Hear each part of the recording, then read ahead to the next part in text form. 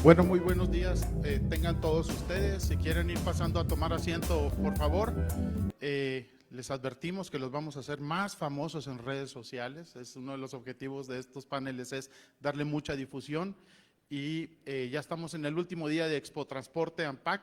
Gracias a todos por confiar y por participar en el evento. Quiero presentarles primero a Miguel Ogazón, nuestro director técnico de ingeniería de la asociación. Miguel va a estar coordinando este panel y la verdad pues tenemos expertos de lujo y muchas gracias a todos por acompañarnos y Miguel, aquí mi tocayo, les va a hacer la presentación. Bienvenidos de nuevo, gracias. No, hombre, gracias, Miguel. Pues nada, ya hemos estado platicando de este tema de cero emisiones en los pasados 2 días. Qué mejor manera de hablar de cero emisiones también con los vehículos que tenemos allá afuera expuestos por nuestros asociados. Yo conté 39 vehículos cero emisiones, la verdad un récord en cualquier foro en México. Y pues bueno, ya empezaron aquí nuestros paneles a hablar entre ellos, que también es lo importante, estar conversando de pues cada uno qué está haciendo desde su ámbito. Y pues bueno, por mero orden alfabético voy a presentarlos y darles la semblanza de cada uno de ellos. De entrada, Israel Delgado, cuenta con un destacado perfil profesional, obtuvo su título de licenciado en Administración de Empresas en la Universidad Autónoma de Baja California, posee más de 30 años de trayectoria como empresario destacado en la industria de autotransporte de carga. En Tijuana ha demostrado crecimiento constante y en su empresa Express Service Transport, especializada en el movimiento de carga internacional, siendo un gran impulsor del desarrollo de exportaciones manufactureras en aquella región.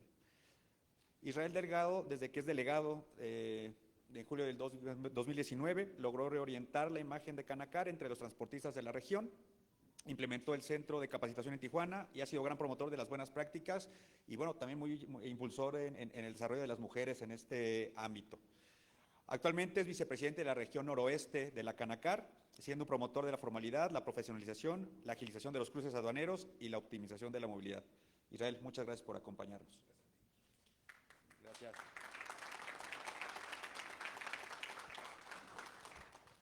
Amílcar López destaca como profesional con una formación académica sólida, con su título en Ingeniería de Transporte en el Instituto Politécnico Nacional.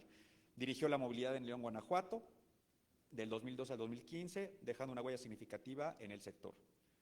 En 2015 demostró su experiencia como Senior Consultant en Steer Davis & Gleave. Al siguiente año aportó como consultor externo en la gestión pública del gobierno de Morelos. Desde 2017 ha trazado su camino como consultor independiente especializado en finanzas. Desde el 2019, Amílcar lidera la Dirección General de Transporte Público aquí en Jalisco, marcando pauta con iniciativas clave para el desarrollo y eficiencia del transporte regional. Amílcar, muchas gracias.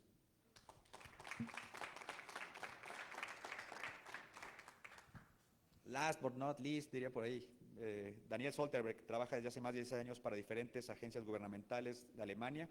Desde 2018 trabaja para la Cooperación Técnica Alemana, la GIZ, en México, y desde 2018 es coordinador del Proyecto Global de Infraestructura de la Calidad, comisionado por el Ministerio Federal de Economía y Protección al Clima de Alemania.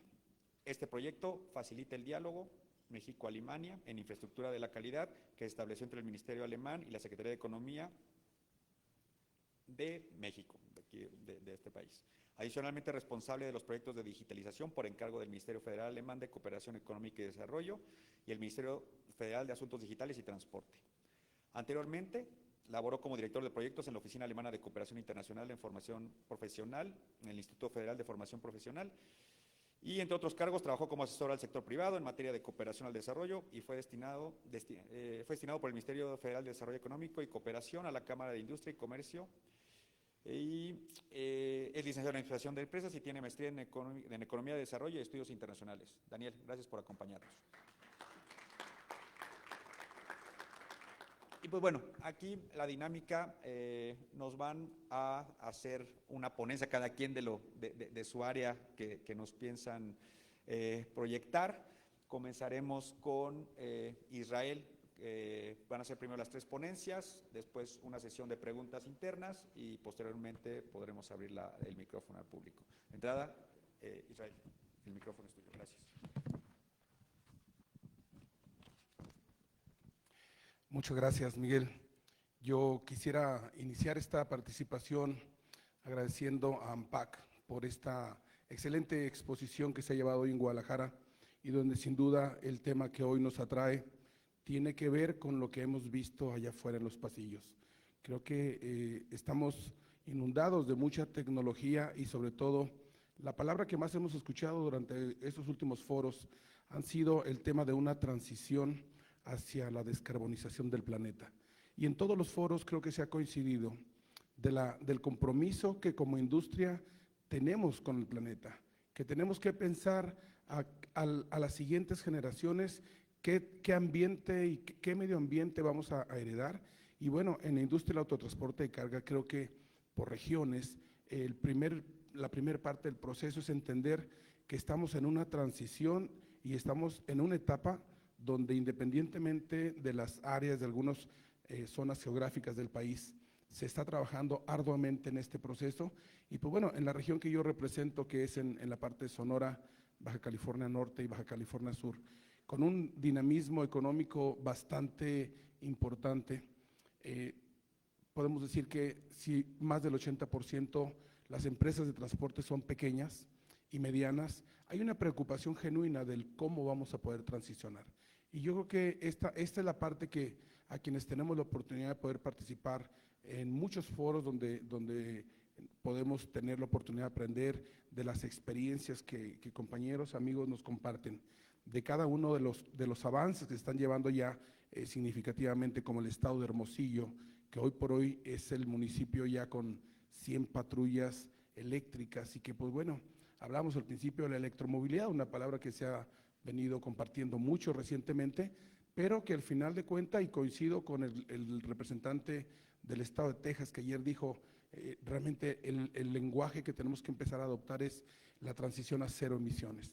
Y creo que es ahí donde nos tenemos que enfocar, porque hablar de energías limpias, no solamente estamos hablando de electricidad, hablando de todos los retos que implica el poder llegar a ese punto. Pero tenemos otras energías, como el hidrógeno, por ejemplo, el gas, que hoy también, por lo menos en el estado de California, de donde nosotros estamos pues trabajando muy de la mano con toda la gente del Departamento del Aire, donde el gas dejó de ser una opción como energía, tiene que ser solamente energía cero emisión, y el gas, pues bueno, tiene una reducción significativa del carbono, sin embargo, no se considera para los estándares de California como cero emisiones. Y pues bueno, traigo una presentación, creo que nomás me dio Miguel aquí como 1 hora y media para hablarles, pero voy a tratar de ser lo más resumido en esta presentación para darles un poquito de visibilidad en cuanto a algunos datos. Y voy a pedirles si me pudiera dar la siguiente diapositiva, por favor.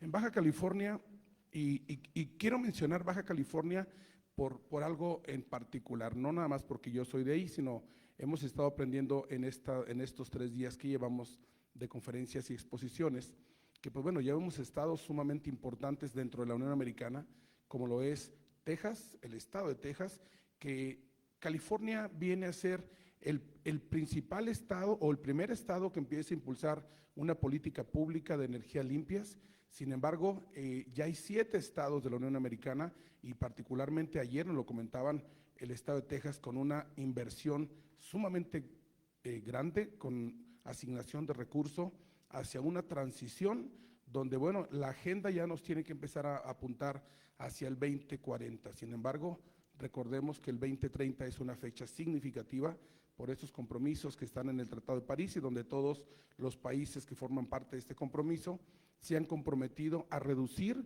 la huella de carbono de manera significativa. Y es por eso que el estado de California, bueno, con el cual colinda en esta región que le llamamos la región de la Calibaja, y también mencionaban ayer que es muy cierto, la frontera no debe ser vista como una área geográfica, es decir, nuestra frontera o su frontera, en la frontera de México con Texas, pues es una región que está interconectada, y lo mismo sucede en el estado de Nogal, en el estado de Arizona con Sonora, pero Baja California y California comparten la economía, comparten una serie de recursos, como pueden ver en esta gráfica, lo que representa el intercambio comercial y lo que significa el movimiento de personas entre Baja California y San Diego.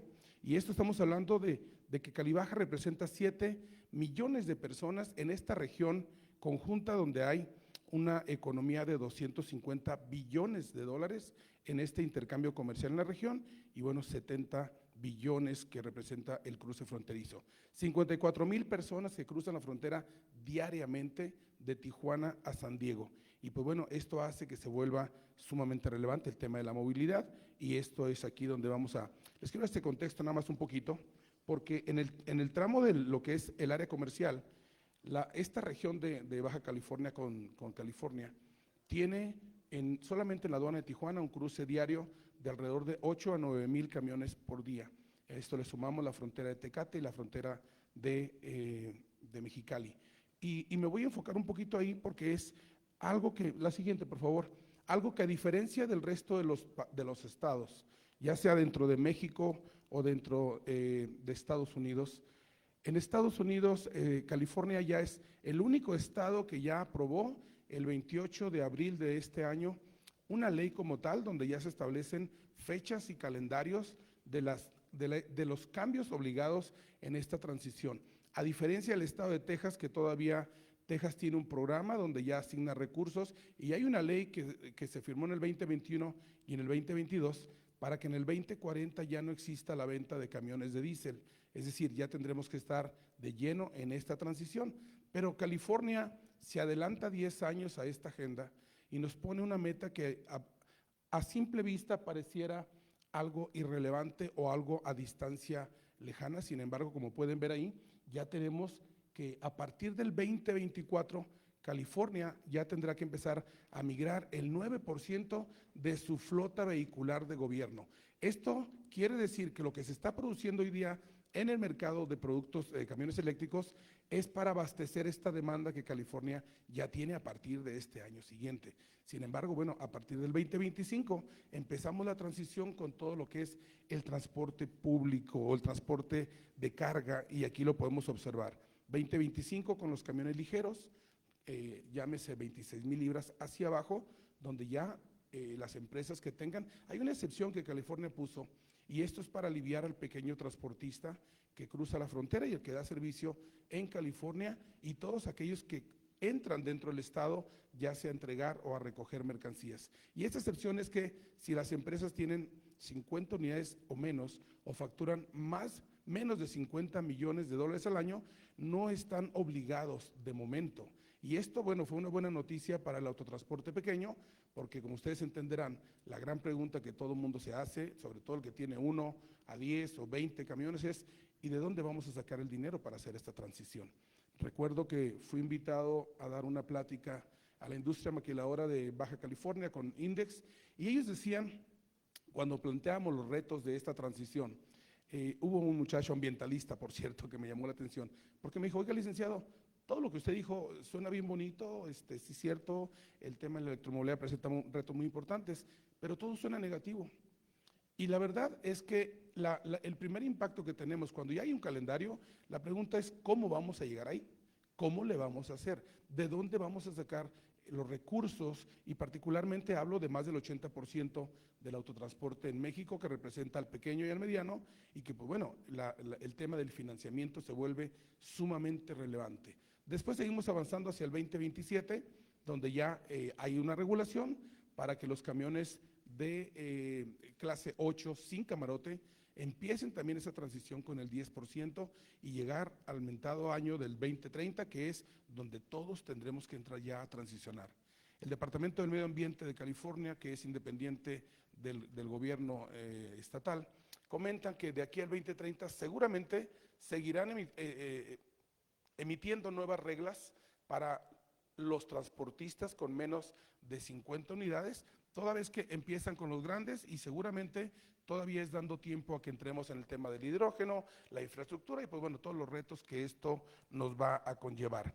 Hemos estado trabajando, bueno, antes de platicar lo que estamos haciendo en esta zona del país, quiero mostrarles la siguiente, por favor, para que más o menos vayan viendo la tendencia de la demanda de los vehículos eléctricos en el estado de California a partir de este año siguiente. De acuerdo a los expertos, lo que dicen es que en los siguientes años la demanda de vehículos a pesar de que muchos podremos pensar que con escepticismo de que no hay producción suficiente, de que de dónde vamos a abastecernos, el tema de qué vamos a hacer con el tema de la infraestructura, de dónde vamos a sacar la energía suficiente, cómo vamos a poder sacar los financiamientos para los transportistas de México que cruzan la frontera, y sin duda alguna que en esta transición el estado de California creo que será el siguiente que estará adoptando las mismas reglas. Ya hay 7 estados que han levantado la mano y que dijeron queremos implementar lo mismo, porque la agenda ya está marcada y es para todo el país, pero bueno, recordemos que los estados son soberanos, son independientes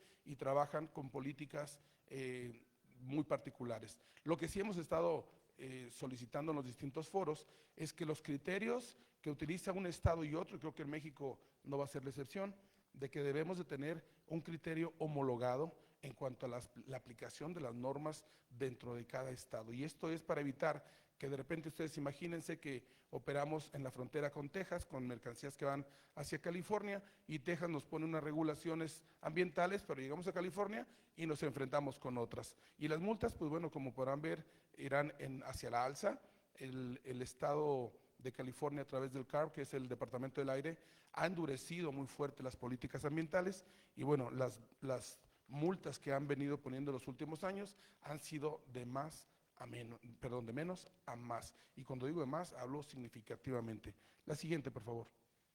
En Baja California, y esto derivado de la urgencia, que podemos pensar que México ya está en una ruta hacia la electromovilidad, y prueba de ello es que en los foros de esta Expo Transporte 2023 que organiza ANPAC se han mostrado opciones y mucha información con respecto a qué están haciendo los estados. Y podemos ver, aquí nuestro compañero nos va a compartir en el tema de Jalisco, que tiene un programa muy importante, Hermosillo, que también está trabajando, y hay un programa por parte de Arizona de trabajar en esta política ambiental.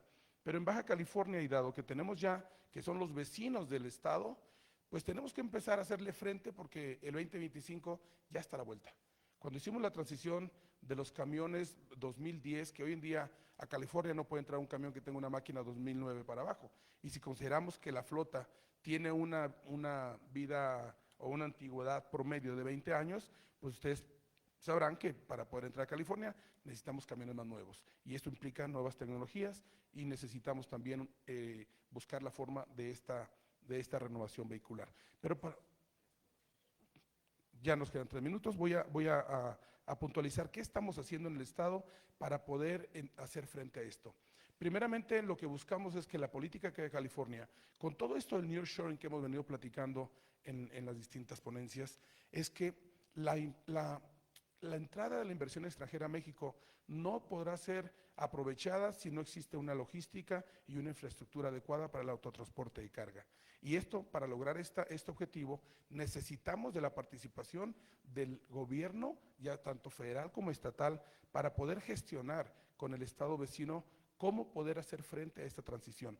Y quiero resaltar la participación de un actor muy importante en Baja California a través del gobierno del estado, que es el licenciado Saúl de los Santos, que hoy nos acompaña aquí por parte de la Secretaría de Economía, y que ha sido un actor súper importante en la gestión con California para encontrar el cómo sí. Creo que hoy el reto que tenemos que estar muy pendientes es cómo, a partir de esta implementación, cómo vamos a poder cumplir para que la industria en este intercambio comercial entre California y México no se vea obstaculizado en la cadena de suministro ante la falta de camiones eléctricos, la falta de producción de energía suficiente, y pues bueno, el tema tenemos una garita moderna que se está construyendo en esa zona y que estamos proponiendo también buscar a través del gobierno del estado un carril especial para vehículos eléctricos. Pero el tema será el financiamiento, sin duda. Creo que en California estamos en desventaja, mientras que California da incentivos de $200,000 a $300,000 por vehículo. En México, como ustedes saben, no hay presupuesto para asignar este tipo de incentivos y sobre todo lo que es para el tema de infraestructura. Voy a dejar hasta aquí mi participación para agotar el tiempo, y si hay un poco más de tiempo adelante lo ampliamos. Muchas gracias. Claro que sí, muchas gracias, Israel. Te dije 1:30, pero te puedes echar 3 y todo el mundo estaría encantado de este lado. La verdad, aparte de la influencia que va a tener las regulaciones, en este caso California en particular, hacia México. Pienso que va a acelerar esta transición hacia cero emisiones, pero también destaco esta relación autoridad, industria, academia, que los he visto trabajar y definitivamente es la mejor manera de avanzar de manera ordenada hacia estos objetivos que ya están trazados como tal. Gracias, Israel. Amílcar, por favor, sí, apóyanos con tu ponencia.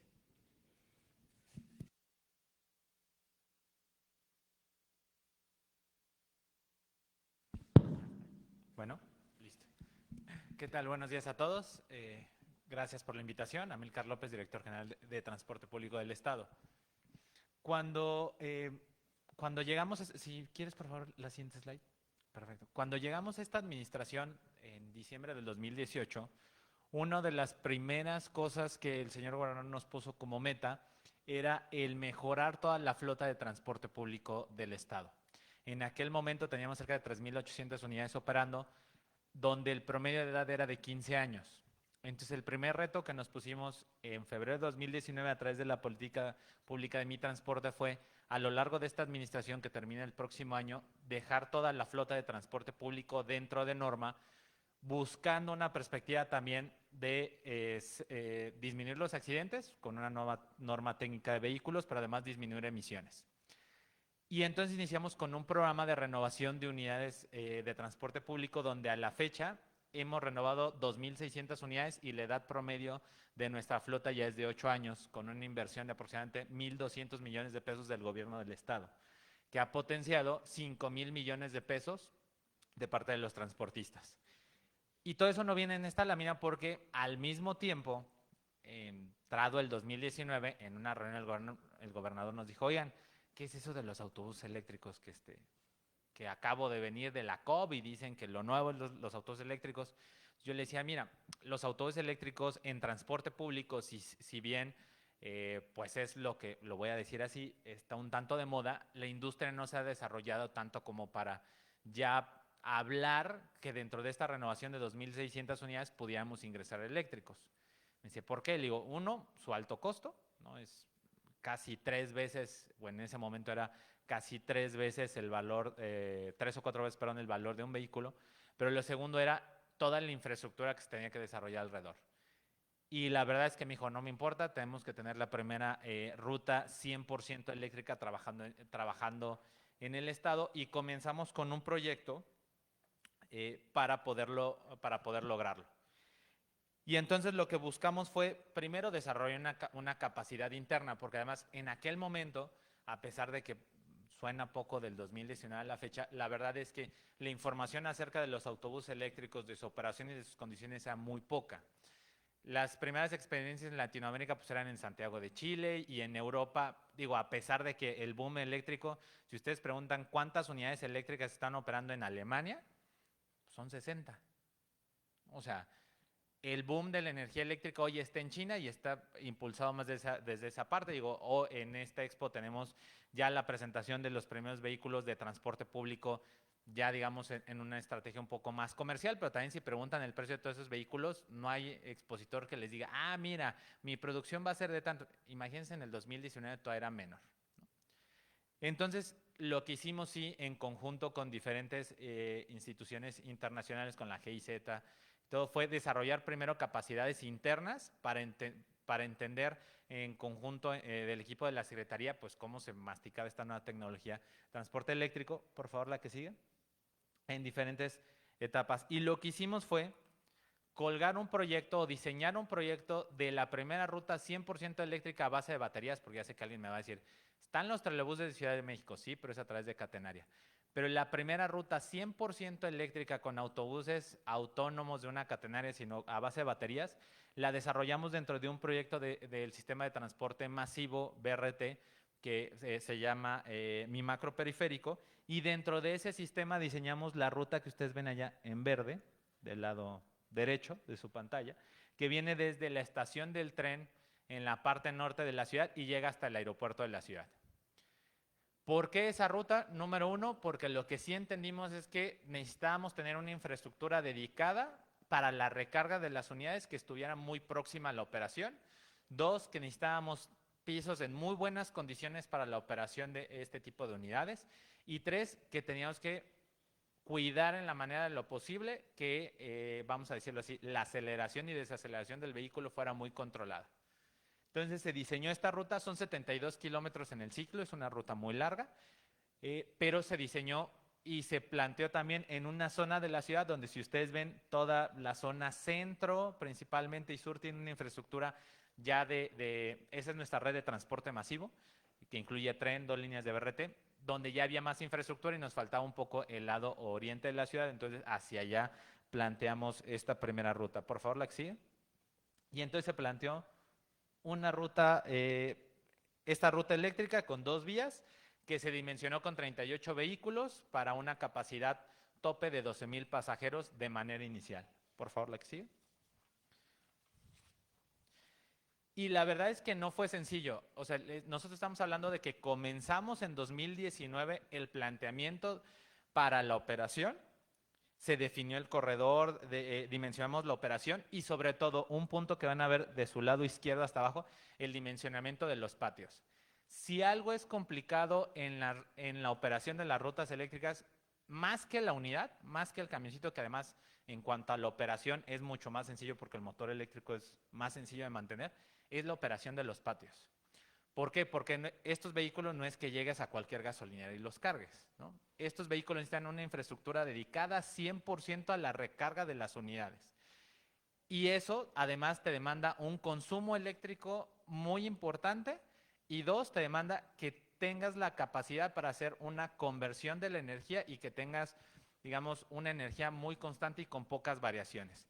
Y eso cuesta bastante. Para decirles, el gobierno del estado invirtió en 2 patios con una inversión aproximada de 65 millones de pesos para la construcción de los patios, colocar las subestaciones y los transformadores. Y también lo tengo que decir, es una inversión relativamente menor porque ocupamos la infraestructura que hoy ya teníamos del tren eléctrico.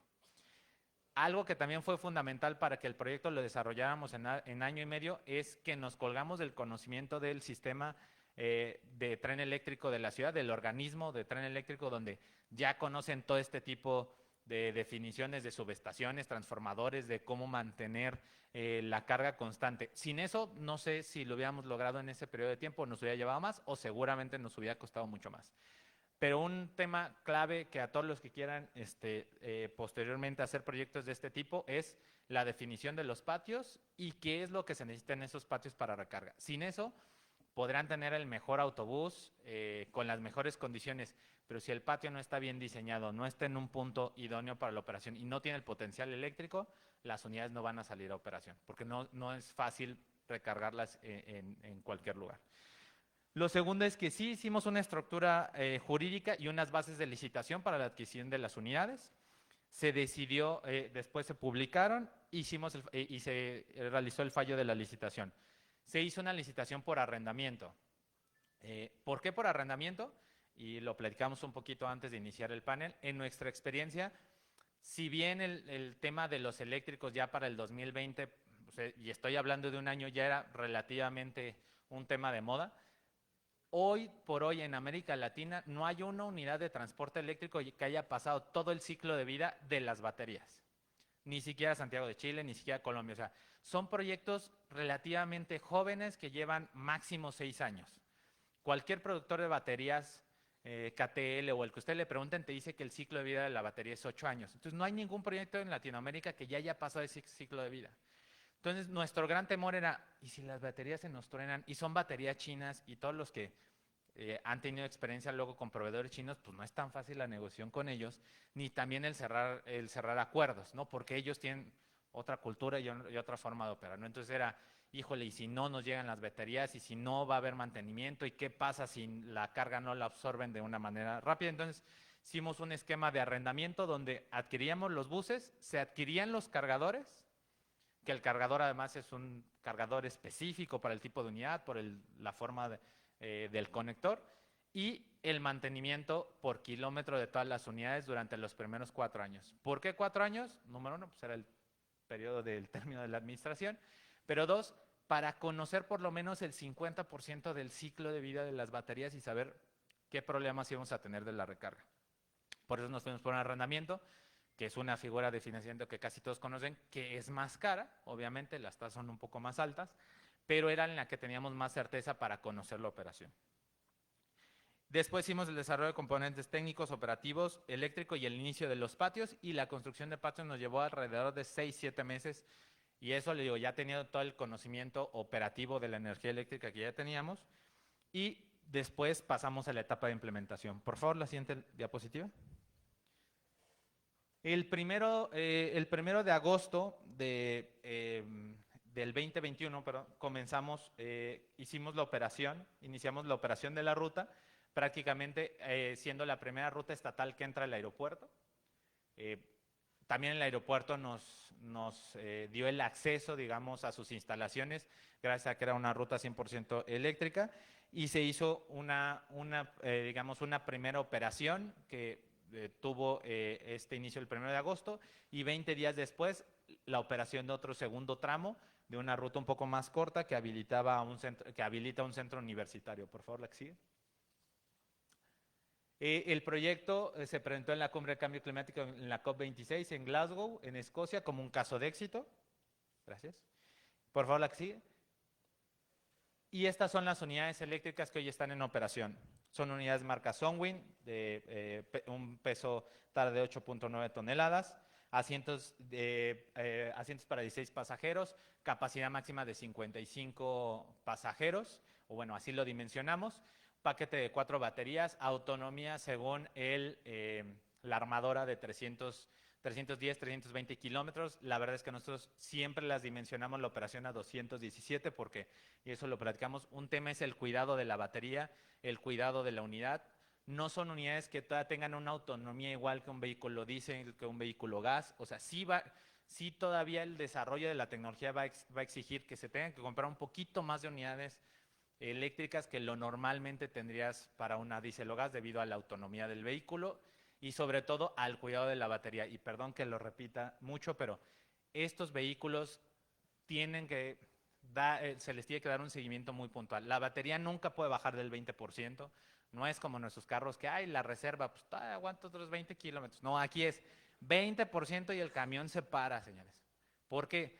Porque al igual que las baterías son como las baterías de celular, la vida de la batería es por ciclos, cada vez que la recargues. Entonces, si tu celular está al 50% y dices, ay, para que me duele la batería y lo dejo conectado ahí y todo, ¿qué va a pasar? Pues la batería de su celular dura menos. Es igual aquí. Mientras más veces le estén conectando para cargar, para que la vida de la batería baja. Si ustedes recargan su batería abajo del 20%, dejan el funcionamiento de su batería abajo del 20% y la recargan arriba del 85%, la batería baja. Entonces, eso es una lección muy importante que cualquiera que tenga que implementar esto es un monitoreo constante y un cuidado de las baterías. Y me voy a poner nada más para, rápido, en 3 minutitos, 1 minutito por aprendizaje. La lámina que sigue, por favor. Primer aprendizaje, la aduanización de las unidades. Créanme, nosotros batallamos para que las unidades se incorporaran. ¿Por qué? Porque no es sencillo que entre una unidad con un cargador. Entonces, a nosotros nos costó, y además era época de pandemia, cerca de 15 días sacarlas del puerto de Manzanillo y además trasladarlas, porque como no puedes recorrerlas más de 300 kilómetros, 217, traerlas del puerto de Manzanillo a Guadalajara, tuvimos que hacer un punto de recarga intermedio, el transformador se nos quemó en Colima, llovió raudales, ahí se ve las imágenes de abajo, teníamos miedo que se nos quemara o sea, el traslado fue una bonita experiencia que ahora la cuento así, pero en ese momento fue muy estresante. Por favor, la que sigue. Lo segundo, el tema de cargadores y de patios, muy importante, nunca se debe dejar al final. Si bien todos los que les vendan unidades eléctricas les van a decir, mira, es que el costo de operación es bajísimo, nada más sopleteas el motor, sí, la unidad cuesta el doble, pero mantenerlo es bajísimo. Sí, nada más que nadie les dice que el CAPEX de los patios es muy alto. Y van a venir empresas de energía a decirles, mira, pero yo te financio a 15 años. Sí, pero a ver, un privado es muy difícil que en esas condiciones entre. Digo, nosotros lo decimos ya con la experiencia de todos estos años de operación, el proyecto tiene un subsidio del 80%. Sin ese subsidio, el proyecto casi que hubiera sido imposible de llevar a cabo. Si alguien me dice, oigan, con un tercero concesionado lo podrían hacer, tal vez ahora habría un poquito más de condiciones, pero de todas formas se tendría que subsidiar como un 30% del proyecto. O sea, porque si no, no es viable y, perdón que lo diga, pero menos con las condiciones económicas que tenemos, no hay apoyo federal para este tipo de proyectos, los contratos de energía eléctrica ahora son un poco más complicados, entonces no hay las condiciones desde el gobierno federal hacia abajo para poderlo implementar de manera rápida. Y antes que me diga que ya se me acabó el tiempo, por favor, la que sigue. La última, el tema es monitorear, monitorear y monitorear. Algo que nos cuesta mucho trabajo, ¿no? Yo llevo 15 años trabajando en transporte público y de repente el monitoreo de la operación, el seguimiento de la operación nos cuesta mucho. Aquí no hay de otra. Es monitorear que las baterías se tenga un cuidado, que la recarga, lo que le decía del 20%, que la recarga, a pesar de que las unidades estaban dotadas para hacer una carga rápida, de aproximadamente 2 horas y media, nosotros la recargamos en 4 horas. ¿Por qué? Para que la batería no se sobrecaliente, para que tenga unas mejores condiciones. Eso cuesta. Y cuesta tener personal en los patios para que la recarga la hagan de una manera adecuada, que no se acelere la operación. Esta ruta que tenemos 38 unidades operando, si la tuviéramos a diésel o a gas, con 28 unidades, 32 unidades máximo, la tendríamos operando. Si es más parque vehicular, si son más conductores y si es más cuidado en ciertos aspectos de la operación. Es un juguetito que no es tan barato y no es tan, digamos, costo eficiente. Todavía hay, creo que la industria tiene que enfocarse a mejorar un poco más esto y creo que todos los proyectos van a necesitar de arranque un apoyo de parte del gobierno, ya sea estatal, ojalá que en algún momento llegue apoyos federales, pero por lo menos de los gobiernos locales. Y lo último, la revisión de tiempos y capacidades de carga, porque como les decía, son 4 horas de carga. Normalmente, todos los que hemos trabajado en operaciones de transporte público, cierras operación a las 12 y a las 12 de la noche, 12 y media, y a las 3 ya tienes la unidad lista, tanqueada, revisada de mantenimiento para arrancar operación. Estas unidades no son así. Si cierras operación a las 12, en lo que hace revisión de todos los sistemas, pasa carga, 4 horas de carga, ya perdiste 1 hora y media de inicio de operación. Entonces necesitas más unidades. Y la definición de presupuestos. Sí hay un reto financiero que es muy importante de ver quién va a cubrir cada uno de los elementos financieros y que no es algo que se vaya a solucionar en el corto plazo. Mi conclusión, por favor, la mía que sigue, estas ya son las unidades operando. Prácticamente el arrendamiento termina el próximo año. A pesar de todo, nuestra experiencia ha sido positiva en el sentido de ahora sí tenemos todas las condiciones para poder estructurar una red de nuevos proyectos que va a ser basándonos en los patios que actualmente tenemos, en el desarrollo de nuevos patios de carga. Y a pesar de todas las dificultades, hacia eso va la industria, solo que sí vamos a esperar a que la industria también se desarrolle un poquito más para poder tener las condiciones adecuadas para la operación. Y como gobierno, sí les digo, si a mí me dicen, si los privados hoy están listos para operar, posiblemente, pero se va a necesitar mucho apoyo, subvenciones y sobre todo un seguimiento muy puntual de la operación. Gracias. Hombre.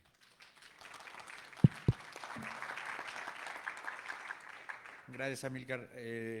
Aparte de la experiencia y que todo el mundo se vaya tomando nota y que muy seguramente de que de aquí van a salir varios contactos para compartir estas pues tropiezos y buenas prácticas que han tenido, aplaudo la curiosidad y este sentido de aventura para, como metas bien en esos años, no se ven tan lejanos, pero era también mucho más desconocido este punto. Entonces, gracias ahí por pensar en el medio ambiente y haber colocado esta línea en Jalisco. Y bueno, Daniel, por favor.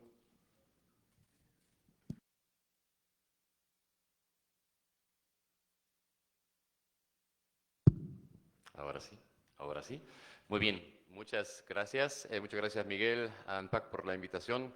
Tuve el placer de llegar ya ayer y poder dar un recorrido por la Expo Transporte 23 y realmente sí es impresionante. Entonces, felicidades a ustedes y sus afiliados también por esa organización del evento y un gusto compartir ese panel con los distinguidos profesionalistas. Me permito también hacer el comentario, y lo comenté con Miguel antes de subirme, después de un panel de igualdad en el sector de transporte, llenar un panel de puros hombres. Espero que eso en el 2024 en la Expo Transporte también tengamos un panel de cero emisiones con más profesionalistas, estoy seguro que las hay, y que las tengamos también en el panel. Muy bien, voy a empezar con mi pequeña intervención y a ver si me logro organizar con los papeles. Si gustan, pasamos a la siguiente.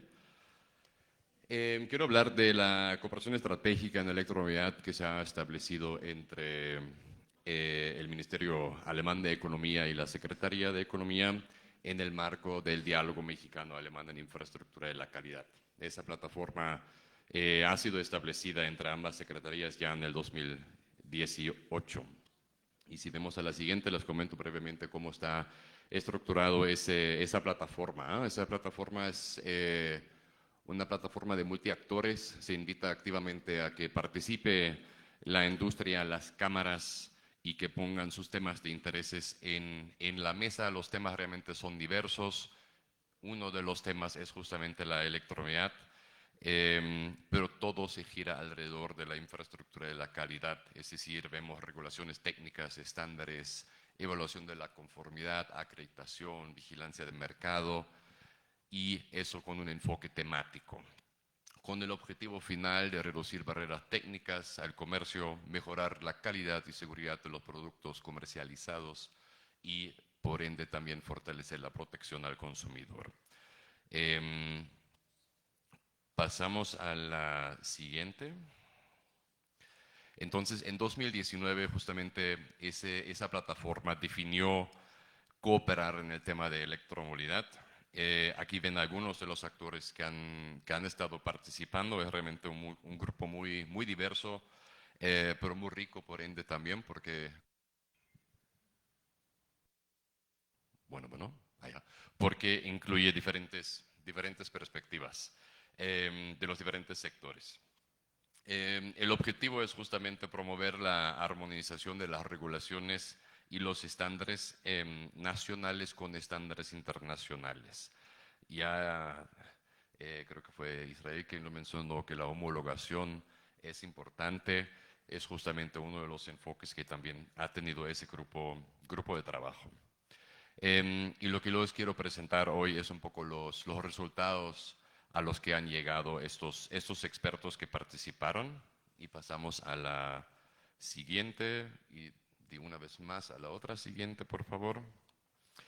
Lo que el grupo ha decidido es elaborar white papers, que son a lo mejor documentos de discusión, de inspiración, de sensibilización sobre el tema de electromovilidad, con el enfoque o con el objetivo de analizar, por un lado, cuál es la situación actual que hay en México respecto a las regulaciones, a los estándares, qué buenas prácticas identificamos también a nivel internacional, y derivado de esa imagen, qué recomendaciones podríamos elaborar a lo mejor también para México.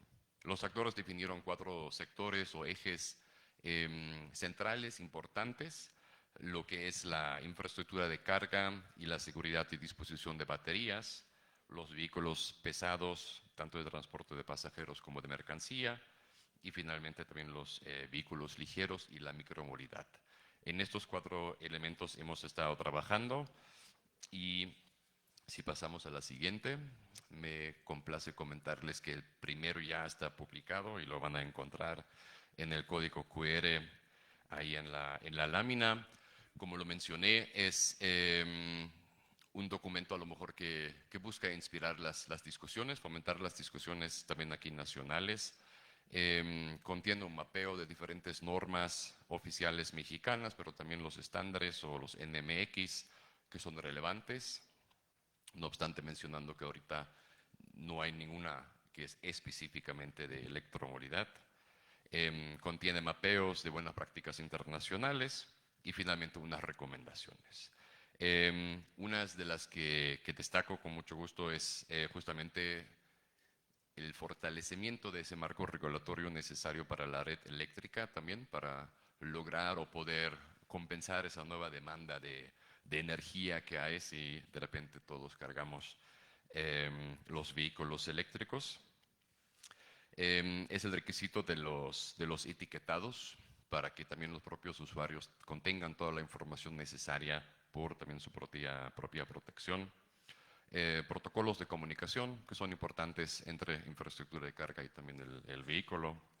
Y finalmente, y si hablamos también de cero emisiones, es importante hablar de la disposición de baterías y el reciclaje de los componentes. Todo eso lo van a encontrar en este white paper. Si pasamos a la siguiente, por favor. El segundo white paper trata justamente del tema esencial también para la Expo Transporte, ¿no? Los vehículos pesados de pasajeros y de mercancía. Ese queríamos tenerlo listo para poderlo compartir hoy con ustedes, pero a veces las cosas no salen como uno quisiera. Se encuentra todavía en la fase de diseño, pero muy pronto va a estar disponible en la misma liga que encontraron en el QR. El esquema es el mismo. Analizamos nuevamente junto con los expertos cuál es la situación actual en México respecto a normas NMX, cuáles son las buenas prácticas internacionales y intentamos derivar recomendaciones. Y algunas de esas quisiera mencionar. Vuelvo, no hay ninguna que se enfoca especialmente o exclusivamente a vehículos eléctricos, no obstante ya hay algunos existentes que sí influyen también en los vehículos eléctricos, ¿no? Como es, por ejemplo, esa NOM 012 de la SCT, por temas de frenado y peso. Y un tema importante que, por ejemplo, el peso máximo permitido en esa NOM puede generar un riesgo también para vehículos pesados eléctricos, dado que estos vehículos por su naturaleza como son ahora compuestos y por las grandes baterías que cargan, fácilmente llegan a repasar ese peso máximo que la NOM exige. Otra NOM, por ejemplo, es la 68 de la SCT, de las condiciones físicas, mecánicas y de seguridad, por ejemplo, donde se hace mención del sistema auxiliar de frenado, que en los vehículos eléctricos a lo mejor ya no juega ese rol. Pero dado que no se distingue en la NOM entre estos tipos de vehículos, necesitaría básicamente esa especificación para no generar un no cumplimiento. Y otra que a lo mejor es interesante es la emisión de sonido de 79 de la Semarnat. Si bien se ha intentado de que los vehículos tradicionales puedan reducir el sonido, ahora tal vez también es importante discutir si los vehículos eléctricos necesitarían a lo mejor un sonido mínimo por cuestiones de seguridad alrededor de su entorno donde circulan. Si pasamos a la siguiente. Perfecto. Otros temas que todavía no están cubiertos por NOMS, pero donde los expertos sugieren por lo menos tener una discusión al respecto. Y Amilcar lo mencionó que las baterías es pues una cuestión crucial, el nuevo corazón a lo mejor de los vehículos eléctricos. La seguridad, protección de las baterías es importante, el etiquetado lo es igual, nuevamente para la protección de los propios usuarios. De eso, pero también para proteger en sí, para generar un ambiente seguro del auto, ¿no? Para que las baterías y los autos tengan los sensores necesarios para alertar a lo mejor en caso de sobrecalentación, etc. Sumamente importante es la homologación de los conectores y enchufes. Hay varios diferentes sistemas, pero por supuesto la interoperabilidad y la facilidad en el mercado es mucho más fácil si se define de alguna forma algún sistema de conectores y enchufes. Y finalmente, nuevamente, el protocolo de comunicación, que se puede referir tanto al interno dentro del auto, como comunican su sistema, pero también entre los sistemas de carga, donde hay conexiones, importantes definir ahí los protocolos de comunicación. Dado que hemos mirado también hacia el nivel internacional, hemos identificado algunos comités internacionales que son relevantes. No voy a mencionar todos, están ahí en la lámina. Se invita básicamente a que México también envíe a sus expertos a que participen en estos comités. Sí menciono que en la ISO-TC 22 sí participa México, no obstante, y curiosamente en el subcomité que justamente ve el tema de los vehículos eléctricos, México todavía no participa.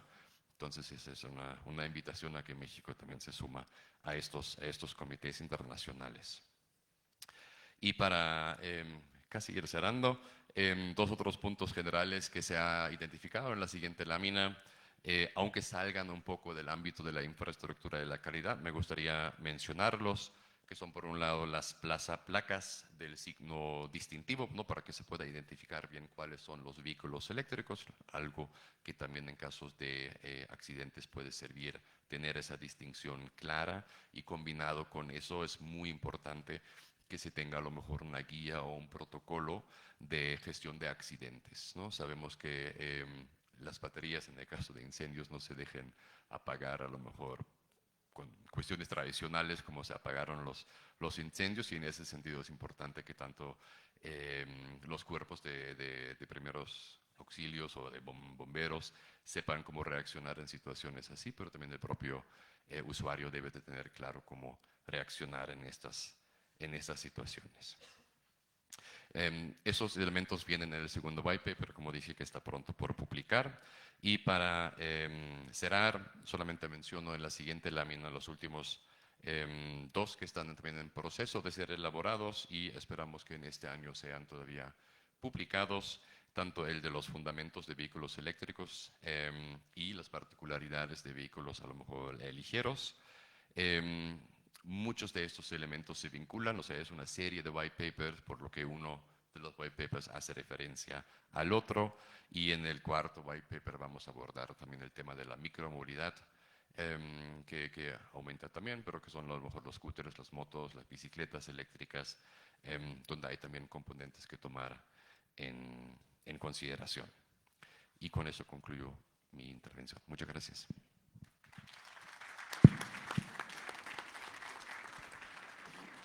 No, definitivo, como ANPAC siempre estaremos impulsando la regulación, la creación de regulación, la adopción de regulación. Sin esto, pues seríamos el viejo oeste, ¿no? Y definitivamente el tema normativo pudiera quedar en segundo término hasta que pasa algo malo, ¿no? En términos, lo peor de todo sería un tema de un accidente, pero temas operativos, hay varios puntos que debemos generar esta estandarización. En lo particular tengo dudas, pero afortunadamente tengo sus contactos, entonces puedo hacerlo de manera directa. No sé, alguien me decía que debería haber más panelistas aquí y no saben de lo que están hablando con cada uno de los que aquí presentes, podemos llevarnos la hora. Entonces, preferiría abrir al público para, yo creo, 2 o 3 preguntas a lo más por el tema del tiempo. Si quieres, por allá, me ayuda Regi, por favor, con él.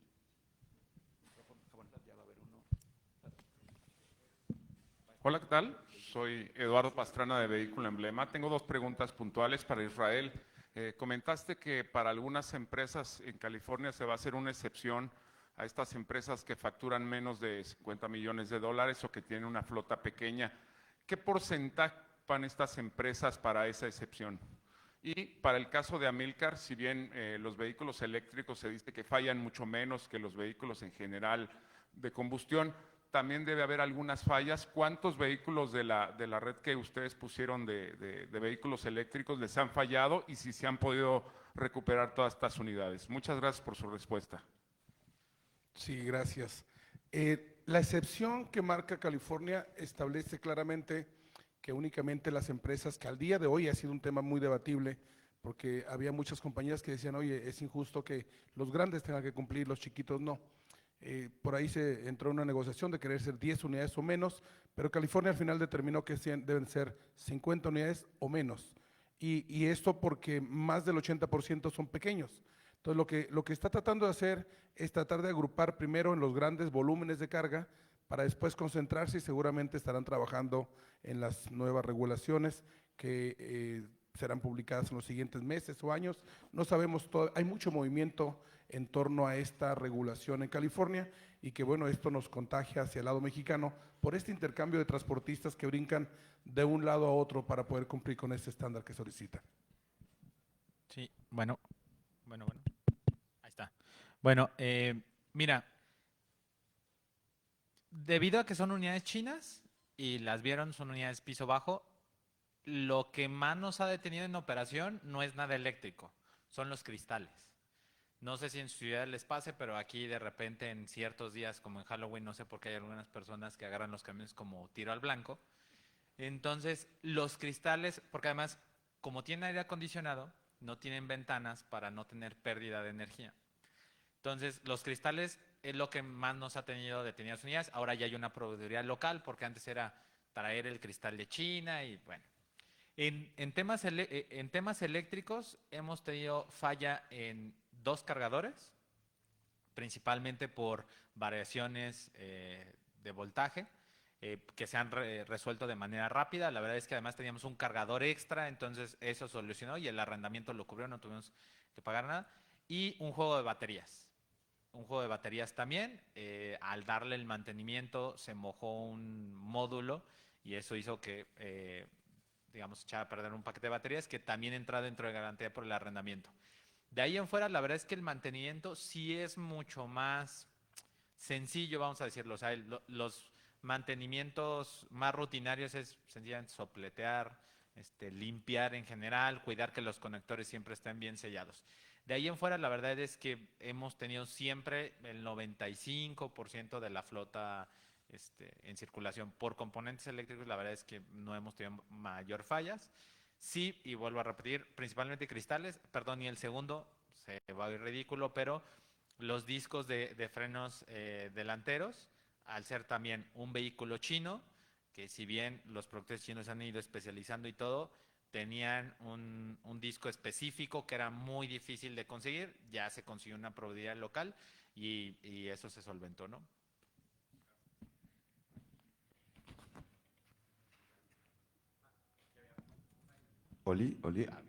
Hola, ¿qué tal? Buen día, Rodrigo Carmona de la revista Alianza Flotillera y es pregunta general. Son dos preguntas para...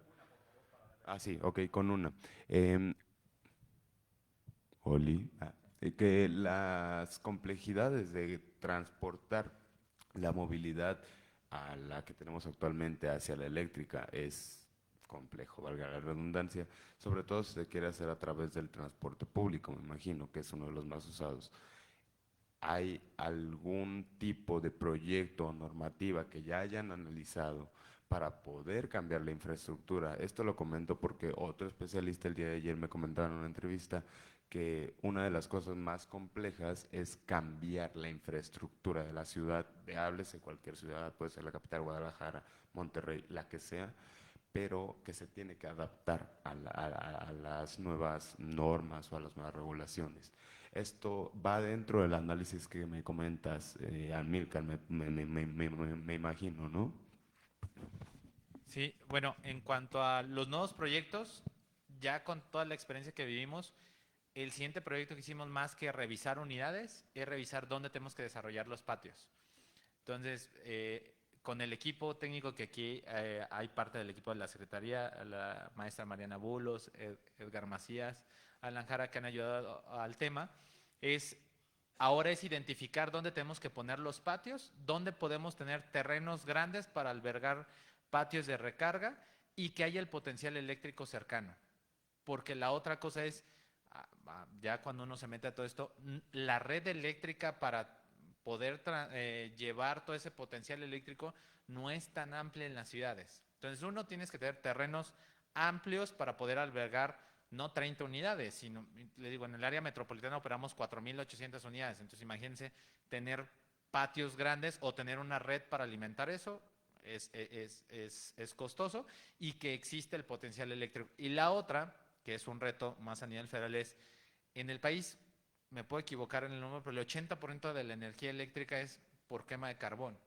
Entonces, sí, qué bonito es tener energía eléctrica en las ciudades porque disminuimos ahí las contaminaciones, pero se está contaminando en otro lado. Y eso también tiene que ver con la regulación federal y con fomentar más energías limpias, que no ha sido nuestro fuerte en los últimos años, ¿no? O sea, entonces, de poco sirve, y ahí tenemos que hacer un análisis mucho más profundo. Sí, cambiar todos los autobuses a eléctricos, pero si tenemos que quemar carbón, creo que de poco nos sirve, ¿no? Eso también para reflexionar después.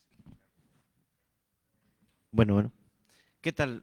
¿Qué tal? Buenos días, Víctor Flores de Isuzu Motors. Bueno, yo una sugerencia y una pregunta para ti. Creo que este periodo de incluir vehículos eléctricos en transporte público debió tener una curva de aprendizaje bastante importante y sería una lástima que al término del periodo político de ustedes se pierda toda esta experiencia. Sería muy padre como sugerencia, yo digo, que existiera algunas memorias de este aprendizaje. No voy a pedir trabajo a Isuzu, fíjate. Para que no Okay. Oye, y la pregunta es, ¿cuál crees que fue el reto mayor para generar este proyecto de electromovilidad en servicio público? Mira, sí, creo que uno, a ver, lo voy a poner así, el tema de patios, el tema de monitoreo, pero sí el tema de capacitar al equipo en un corto plazo. O sea, eso sí, el tema de programar los vehículos, porque a ver, digo, ahora tenemos un software de programación que se adquirió y todo que nos permite hacer todas estas cosas, pero antes lo hacíamos en Excel, ¿no? Y digo, en la Secretaría somos dos ingenieros en transporte, que además no hay muchos ingenieros de transporte que nos dediquemos a esto, entonces que sí es como una cierta especialización que te ayuda a programar y todo. Eso es lo más complicado. Si no tienes todo eso, pues prácticamente el proyecto se va a ir cayendo poco a poco, ¿no? Entonces, el lograr las capacidades locales, el tema de los patios, digo, y lo digo desde mi perspectiva, yo voy a decir que el financiamiento no fue mi problema, porque como ya les dije, el 80% fue subsidio del gobierno del estado. Entonces, no tuve un problema de financiamiento. Pero si no hubiéramos tenido ese apoyo, yo creo que el siguiente sí hubiera sido el tema de financiamiento. O sea, el proyecto, el arrendamiento es de cerca de 200 millones de pesos, los patios fueron de cerca de 60 millones. Yo no me preocupo por recaudar de la tarifa para hacer el mantenimiento porque ya está dentro de un contrato fijo donde si no se recauda por tarifa el gobierno del estado entra. Entonces, así, mira, la tuvimos, pero si no hubiéramos tenido todas esas facilidades, yo creo que lo más complejo hubiera sido el tema financiero.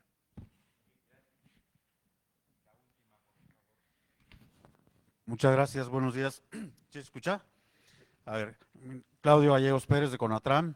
A ver, Miguel, únicamente mi pregunta es muy simple, porque el día de ayer que estuvimos en un par de reuniones, se abordaron estos temas.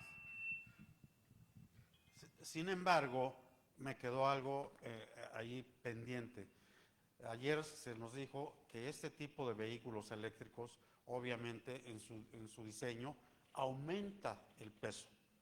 Y si nos vamos a la cuestión de la norma 012, que habla justamente sobre peso y dimensiones, ¿sí? A nosotros sí nos preocupa ir pensando ya en qué tanto, o sea, desconozco qué tanto es el incremento en el peso para estas unidades. ¿Por qué? Porque lógicamente eso nos va a afectar en el peso útil que podemos transportar. Entonces tenemos que ser muy cuidadosos, ¿sí? Y más allá de todo lo demás que se ha hablado, que ya lo platicamos ayer, pero para mí sí es importante para ir previendo justamente la afectación que pueda venir para la carga, para el peso útil. Gracias. Sí, Claudio, yo creo que para todo el sector de autotransporte de carga en todo el país y sobre todo entendiendo los retos que implica. Yo creo que el primer paso que se está dando, y por eso es que yo celebro que ANPAC ponga sobre la mesa el tema, el sentar a los distintos actores de esta transición, donde yo te puedo poner el caso en Baja California nuevamente, donde el gobierno del estado, a través de la participación con California, con el gobierno de California, pero entran otras agencias de gobierno como el Departamento del Transporte, y en México hoy te puedo decir que incluso todavía no estamos listos para emplacar vehículos eléctricos, porque este es un tema, estamos entrando en tierra arenosa, estamos explorando nuevos campos donde hay que ir aprendiendo de las experiencias que hoy nos han compartido, y hay retos importantes como el tema de la autonomía, el tema del peso. Imagínate nada más en México con un peso promedio de 40 toneladas contra en Estados Unidos 20 toneladas exactas. y una batería que probablemente nos vaya a restar el 10 al 20% del peso bruto vehicular, que nos va a restar sin duda la capacidad de carga útil. Son de estas cosas que todavía hay que seguir explorando, y como dije al principio, lamentablemente en México todavía hay tiempo para seguir dialogando sobre estos temas. Hay que trabajar en las normas, hay que seguir investigando sobre esto que tú comentas, pero lamentablemente California ya tomó una decisión en este caso particular, y lo peligroso sería que los demás estados lo tomen de la misma manera, sin considerar factores como la carga útil, el tema de la seguridad carretera, la infraestructura y demás. Por eso creo que es importantísimo el alzar la voz y traer estos temas a la mesa cuanto antes. Lamentablemente también lo tengo que decir, que en muchos de estos foros existe poca participación del sector del autotransporte, y se tiene que enriquecer más la participación para que entonces no nomás seamos observadores de lo que se está decidiendo en las normas, en todo lo que es el ambiente legislativo, sino podamos levantar la voz, como tú lo acabas de hacer ahorita, para poner el dedo en la llaga de un tema tan toral.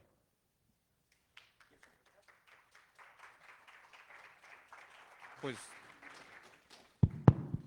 de entrada, bueno, muchísimas gracias. Sé que se queda algo en tintero y que de todos modos agradezco el tiempo, todos ocupados, pero de la experiencia que nos dan los comentarios, la verdad, muy enriquecedor.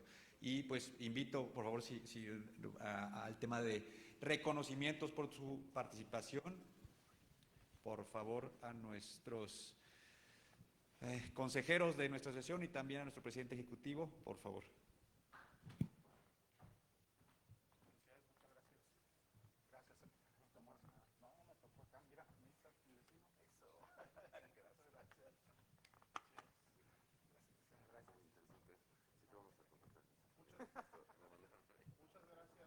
A todos. Estamos equilibrando el tema de igualdad. El panel de la mañana fueron puras mujeres, ahora fueron puros hombres, antes de que nos regañen, pero bueno, muchas gracias. Excelentes conferencias, la verdad, y gracias por estar. Y ahora ya pueden recorrer la expo o continuar con las pláticas que tenemos en el programa.